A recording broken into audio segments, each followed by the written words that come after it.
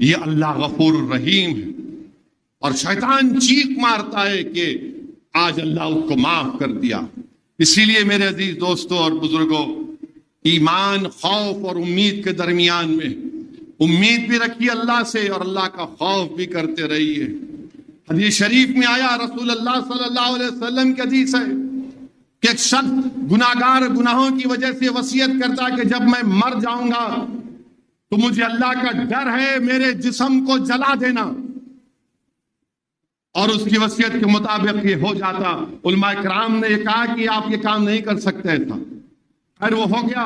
اللہ نے زمین کو حکم دیا کہ اس کے تمام جسم کے اعضاء کو جمع کرو، اور پھر اللہ سے پوچھتا ہے تو نے ایسا کیوں کیا؟ وہ کہتا ہے اللہ تیرا ڈر تھا، اللہ میں کیسا تیرے سامنے ٹھہرتا اتنے گناہ کرنے کے بعد؟ تو اللہ فرماتا ہے کہ تو مجھ سے ڈرا، میں تیرے گناہوں کو معاف فرماتا ہوں۔ تو میرے عزیز دوستوں اور بزرگوں، یہ فیصلے والی رات ہے، اس رات کے ایک لمحے کو ضائع ہونے مت دیجئے۔ نوجوانوں، تم مسلمانوں کے مستقبل ہو، تمہارا یہ کام نہیں ہے کہ تم رات بھر موٹر سائیکل پر راؤنڈ مارتے رہو، یہ تمہارا کام نہیں ہے کہ تم سیٹیاں مارو، تم رات بھر جاگو۔ ارے بھائی، 2 رکعت تو تم پڑھ سکتے نا، تم ایک سورہ یاسین کا سورہ تو پڑھ سکتے، سورہ رحمان پڑھ سکتے، تم درود شریف پڑھ سکتے۔ امام حسن سے کسی نے آ کر پوچھا آج کی رات کے بارے میں، بولو نواسے رسول، آج کی رات آپ کیا کرتے ہیں؟ تو امام حسن نے فرمایا کہ میں اس رات کو 3 حصوں میں بانٹتا ہوں، ایک حصے میں اپنے نانا جان کو درود و سلام پڑھتا ہوں، ایک حصے میں استغفار پڑھتا ہوں، اور ایک حصے میں رات کی اللہ کی عبادت کرتا ہوں، نماز پڑھتا ہوں۔ تو میرے نوجوانوں، تم قوم کا مستقبل ہو، یقیناً تم زندگی میں بہت چیز کرنا ہے، مگر یہ آج کی رات امپورٹنٹ رات ہے۔ کم سے کم آج کی رات تو تم اپنے گھر میں جاؤ، اپنے اماں کے باپ کے پیر پکڑ لو، اپنے بھائی بہن ناراض ہیں تو دل ملا لو ان سے جا کر، توبہ کرو۔ اللہ اپنی شان کے مطابق پہلی آسمان سے ندا دے رہا ہے، کوئی جو مجھ سے مغفرت طلب کرے، ہے کوئی مجھ سے۔ میرے عزیز دوستوں اور بزرگوں، ہم آج کی رات دعا کریں ان معصوم فلسطینیوں کے لیے۔ میرے بھائی، 30,000 فلسطینی شہید ہو چکے، 20 لاکھ کی آبادی میں 14 لاکھ لوگ بے گھر ہو چکے ہیں، اور اللہ دیکھ رہا ہے جو لوگ جن کے پاس اللہ نے سب کچھ دیا وہ گونگے بن کر بیٹھے ہیں۔ اس 30,000 میں 16,000 معصوم بچے مر گئے، ان 30,000 تو شہید ہو گئے، 8,000 بلڈنگوں میں بلڈنگیں گر گئیں اس اسرائیلی ظالم حکومت کی وجہ سے، تو ان کی لاشیں سڑ رہی ہیں وہاں پر۔ بچے جاتے ہیں، ویڈیو آتے ہیں کہ 8-9 سال کی بچی جس زمین پر، بلڈنگ پر، اس کی ماں کی لاش اس بلڈنگ میں اس زمین کے اوپر لیٹ کر کہہ رہی ہے کہ امی باہر آؤ، امی باہر آؤ۔ سوچو ان پر کیا گزر رہی ہوگی، کوئی ان کا مدد کرنے تیار نہیں۔ 30,000 فلسطینی شہید ہو گئے یہ ظالم اسرائیلی حکومت کے ظلم کی وجہ سے۔ اور افسوس مجھے اس بات کا ہے کہ سرزمین حیدرآباد سے بھی وہ جو ہتھیار بھیجائے گئے فیکٹری سے اسرائیل کو استعمال کرنے کے لیے، یہاں پر ایک فیکٹری ہے، وہاں سے گئے، کوئی اسرائیل کو روکنے والا نہیں ہے۔ 20 لاکھ کی آبادی میں 14 لاکھ لوگ بے گھر ہو چکے ہیں۔ اب یہ ظالم اسرائیل رافah میں اسرائیلیوں کو ختم کرنا چاہتا ہے۔